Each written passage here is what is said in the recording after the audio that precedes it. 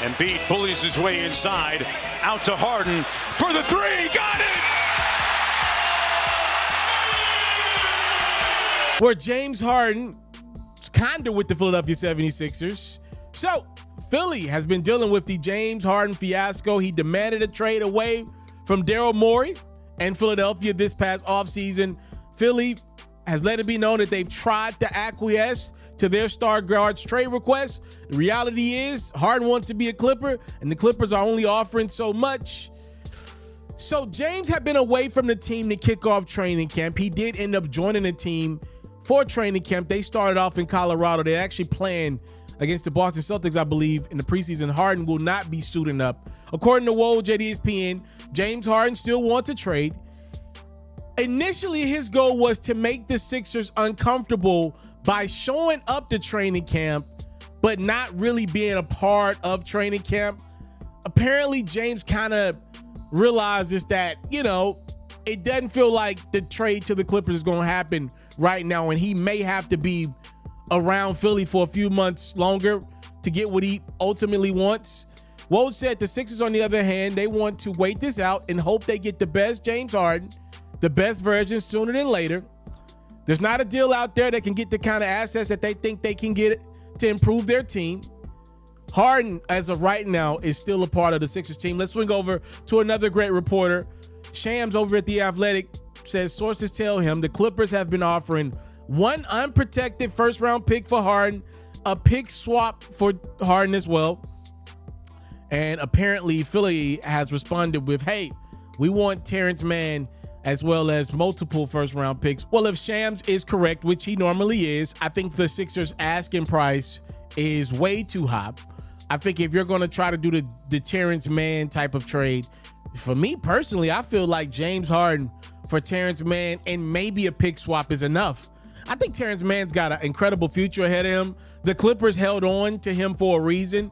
And look, maybe you don't think Terrence Mann's game is anywhere near where James Harden is at this point in his career. I understand what you're saying completely, but that doesn't really matter though. It matters how the Clippers see him.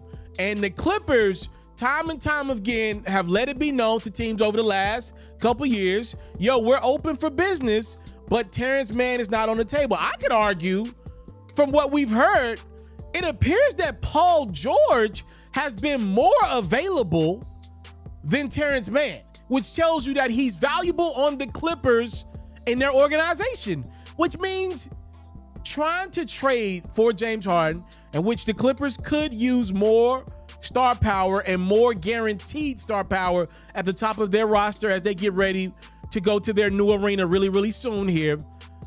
It would be nice to have James. He plays more games than Kawhi and Paul George do. He was really good for the Sixers in the regular season last year. I think he still got at least a couple years left of great point guard play for a squad. But the reality is James has let it be known to everybody when he was in China that he wants to be traded from Philly. And that's not great business for the Clippers. So what I believe this is going to come down to is a game of who starts out worse first. If you're the Philadelphia 76ers, if they get off to a bad start, will they then say, all right, we got Embiid. Embiid's about to get unhappy. The Knicks want Embiid. There's no secret there. All right, we got to try to find a way to make Embiid happier before this dude demands a trade out, right?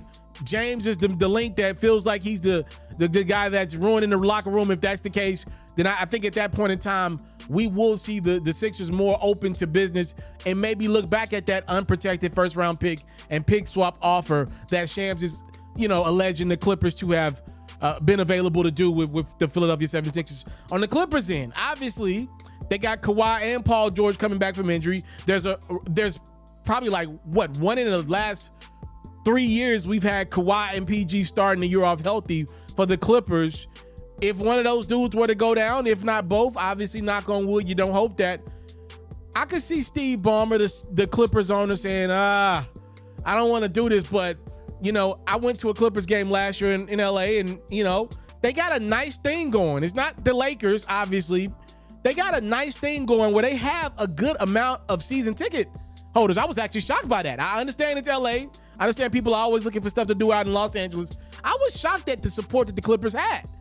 So you got to give them something worth paying that money for him if you're not going to get but so much of Kawhi and Paul George every year.